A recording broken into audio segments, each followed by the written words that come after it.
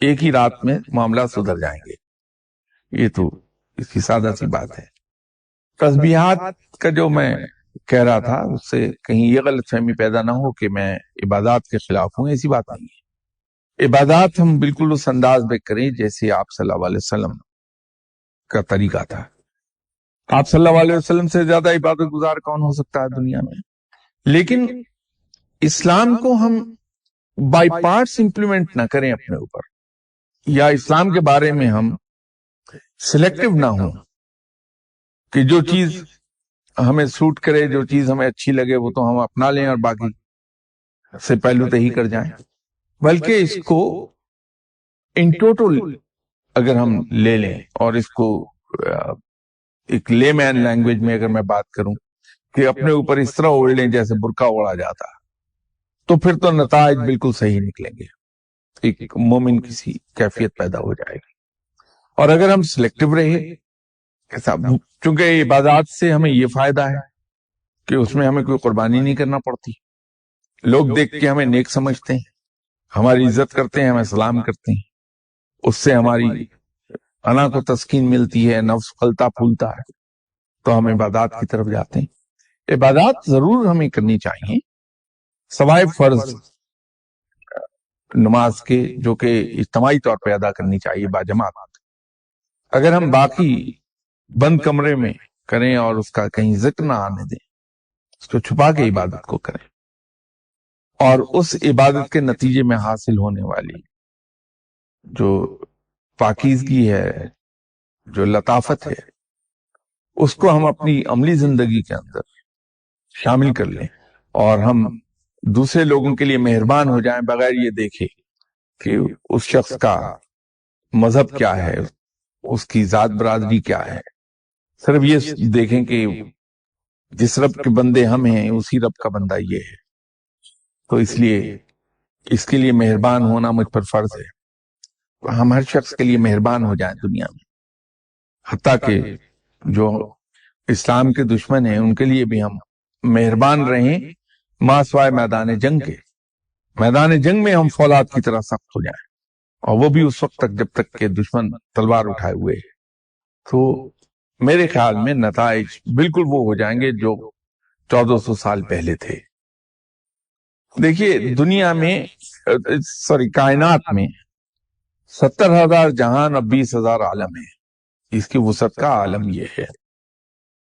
جو سائنس کی حد تک جیسے آپ نے بات کی تھی وہ صحیح ہے کہ ابھی تک تو نون چیزوں میں یہی ہے کہ کسی کرۂ ارض پر ایسی آبادی ہے. لیکن روحانی طور پر اگر آپ بات کرتے ہیں تو اب یہ تو مجاز نہیں کہ کوئی چیز میں کھل کر بیان کر دوں، لیکن اتنا ضرور عرض کر دوں کہ کچھ ایسے جہان ہیں جہاں آبادی موجود ہے. وہ گرچہ ان کی شکل و صورت ذرا ڈیفرنٹ ہے، ان کی معاشرتی عادات مختلف ہیں، لیکن آبادی ہے ضرور. تو جس طرح سے ترقی ہو رہی ہے سائنسی ترقی، چونکہ اللہ بھی اس کا حکم دیتا ہے کہ غور و فکر کیا جائے، ریسرچ کی جائے، تحقیق کی جائے، ایکسپلور کیا جائے چیزوں کو، تو امید رکھنی چاہیے کہ کل کو سائنس بھی اس درجے تک پہنچ جائے گی کہ دوسری جو مخلوق زندہ ہے وہاں تک رسائی ہو جائے.